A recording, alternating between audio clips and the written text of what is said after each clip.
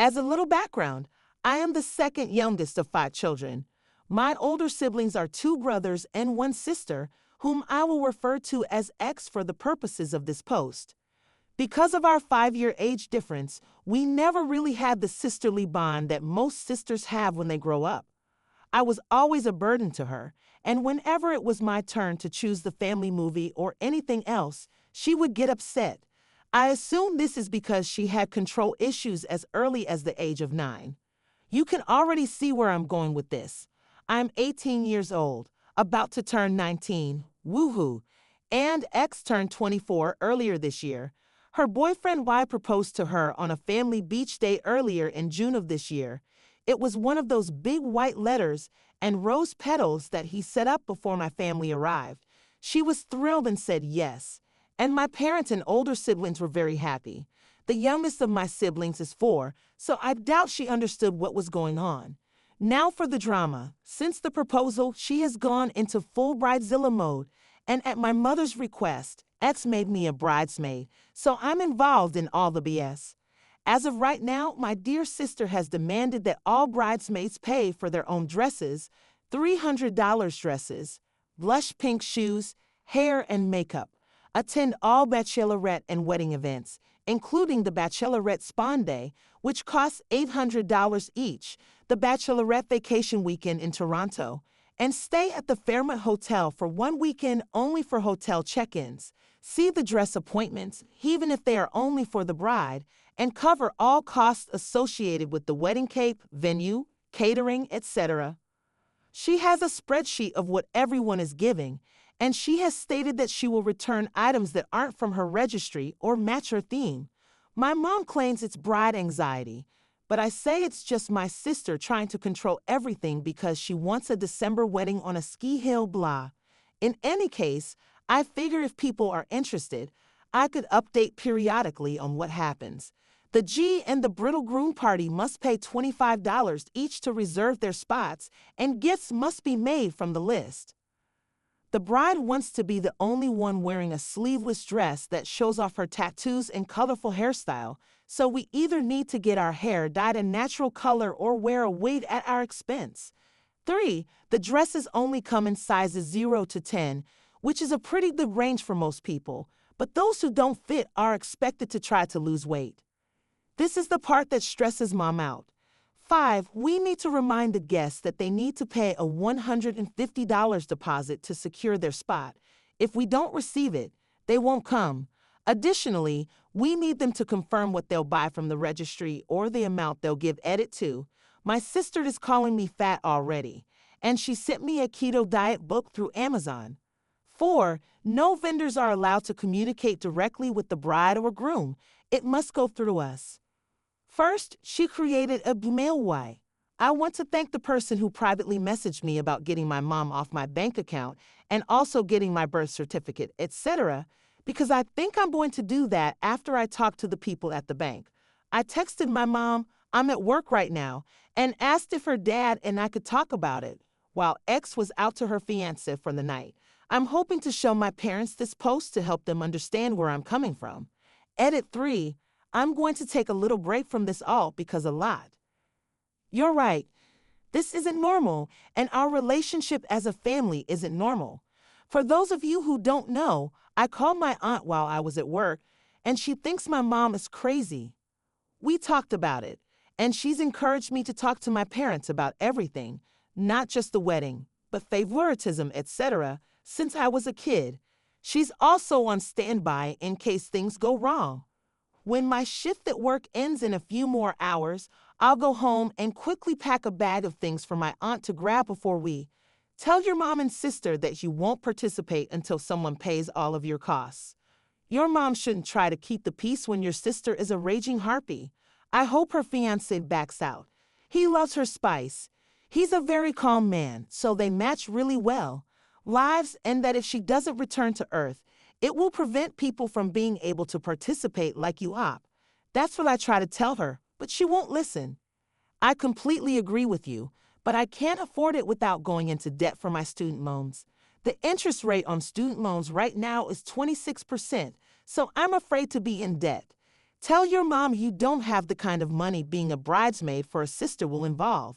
Tell her that you are free to be included outside of the wedding party.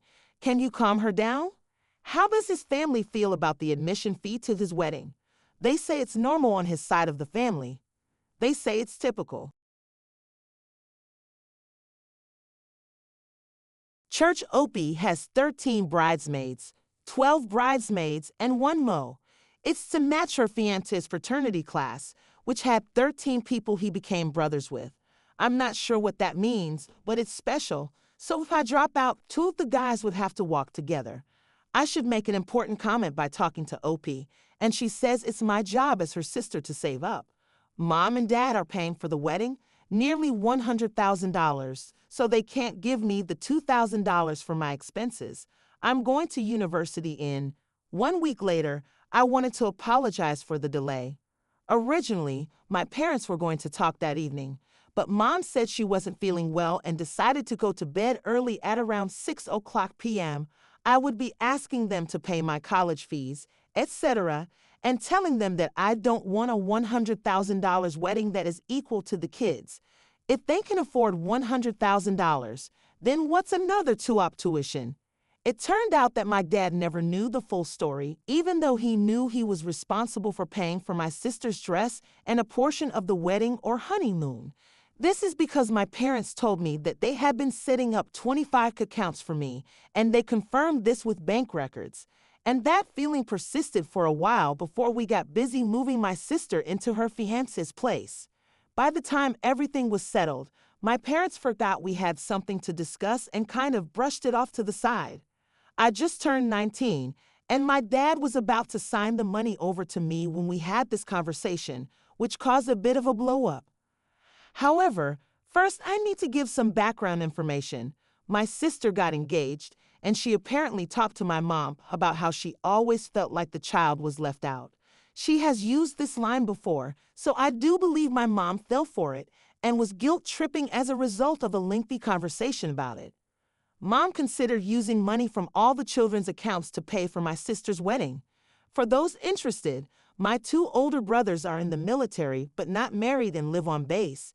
They never used their $25,000 because the Army in Canada covers your education, housing, etc., so my mom had $50,000, which when combined with my sister's and my $25,000 would have been $100,000.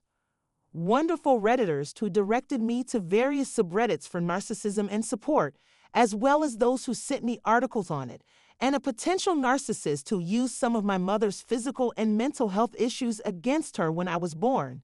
My mother had severe PPD, which led her to leave a treatment facility for 4 months, leaving my father, sister, and me behind. My 2 older brothers were 7 and 9 years old at the time, and I was only a few months old. For comparison, my sister was 5 or just shy of 5, which I honestly don't care to calculate because my brothers were trouble and my dad had his hands full, and a living nanny took care of everything for me, so my sister received little to no attention at a time when attention is crucial. I believe that caused her negative traits to surface, even though the nanny helped her with basic necessities like food, water, bathing, clothes, and play. When Mom returned, my sister harbored a deep resentment towards me, not against Mom, because I was the reason Mom left, which led to her attempting to suffocate me with a pillow. Mom caught her in time. My sister and I had a good relationship when I was 124, but it changed again when Mom got pregnant with my youngest sister. It was an accident, and I became the target of her wrath and abuse once more. Mom felt awful and decided to give her little Dove everything she wanted. I heard as a child, "You always give me the XYZ I want," and she went on to have a meltdown as my sister grew up. As a result, it wasn't little toys and candy anymore, but girls went on trips. Excuse me, but I thought it would be important to give you the full story update, part 2. So this is what happened. A day after my sister moved out, I asked my parents to finally talk to me. Mom was feeling better, so we sat down and began talking. I told them how I felt, how much of a financial burden it would be on me, how unfair it was, etc. Dad blew up, not knowing about the $100,000 or the things the sisters were doing, etc. He didn't like the fact that mom used your father a lot, and Aya showed screenshots of our group chat, and we worked through the issues of the wedding I don't have to go to and the $5,000 for me issue that dad is signing over early. Then I was asked to go to my room for a while because dad and mom wanted to talk, and they resolved the budget issue on their own. Dad then asked why I didn't feel comfortable talking to them earlier, so I showed them this post. My dad snapped, and he called my sister right away, telling her to come here as soon as possible because I don't know exactly what happened, but later, mom came to talk to me and told me about the PPD and other things I didn't know about before we resolved our problems. I ended by asking if my sister would go to therapy because mom was certain that the 4-month leave had caused this stuff in her. She said she would try but couldn't force it. I told her that if her sister doesn't go, I'm going and seeing her and possibly LC with mom. Dad then joined the conversation and promised me I would must attend a wedding even if I didn't want to because her sister charges $150 per guest. She can use that upcoming bill to pay for her grandson's wedding, and since his family isn't paying for anything, it appears that they must now, or else his sister won't be able to have her ski hill wedding. Speaking of the $150 fee, you were all correct. Her sister came up with the entire idea and told mom it was an Italian thing. We spoke with Sister Mill when she dropped her sister off, and Mill was surprised. My sister returned after 5 hours, and she was sweet as pie while Mill was there. However, when Mill left, the gates to hell broke, and she commanded that her father drive her back. Dad said he didn't care, and she refused to sit down. They fought until she did, and after Dad began using a variety of tactics, such as money or telling Mill about her true nature, something I suppose her fiancé hasn't seen much of, I was excused from my room once more. There was a lot of irate back and forth and a lot of manipulation from her sister, including threats of LCN or not seeing. When my dad yelled, "Mom isn't her punching bag, and her PPD is not her fault, and if she was that angry about it, go to therapy," the fighting went on and stopped. I was called back down, and we went over all the issues, starting with the keto book. My sister tried to defend me by saying that I was fat and lazy, but my dad defended me. My sister started crying, and mom told dad to be a little softer, which he did. At that point, we talked about everything, and I felt like a member of the family. We're going to wait until Christmas, when the brothers are back in town, so we can all talk about what we need as a family to move forward and be healthy. But it will probably involve therapy or cutting her out.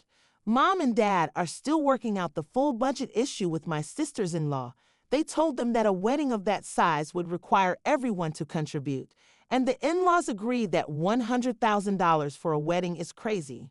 Last I heard, her sister will receive her $15K for the wedding. As for my schooling, my dad and I are going to the bank tomorrow to pay the cancellation fee for the loan I had to take out. The loan only officially begins when I start school, so thankfully the cancellation fee is very small. My dad is paying the fee because he admits that I should never have had to take out the loan because my parents agreed that my first year of university, along with housing, should have been covered by the $10K dress that has already been ordered, and the remaining $10K is being held for something tangible. Her in-laws are also being generous and helping with $15K. Costs would not come out of my budget of $17,000 or $25,000, so they would pay themselves. The entire amount they budgeted for me would then be transferred into something called a TSA for later in life. My mother and I still have a rocky relationship, and my sister despises me. She blames me for everything and claims that I have ruined her relationship with her fiancé and in-laws. As a result, she has banned me from the wedding and from her life. However, I don't really care. I don't see it as losing a sister. I see it as losing a bully.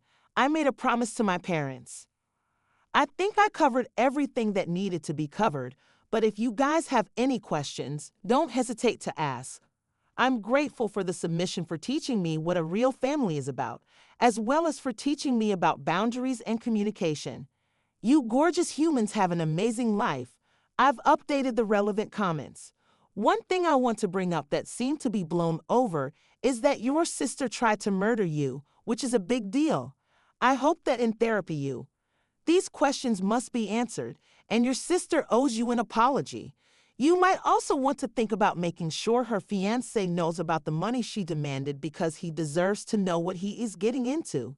At first, Mom and Dad didn't make it amusing. It's a big deal. It's traumatic, and the fact that your parents used it as a humorous excuse is terrible.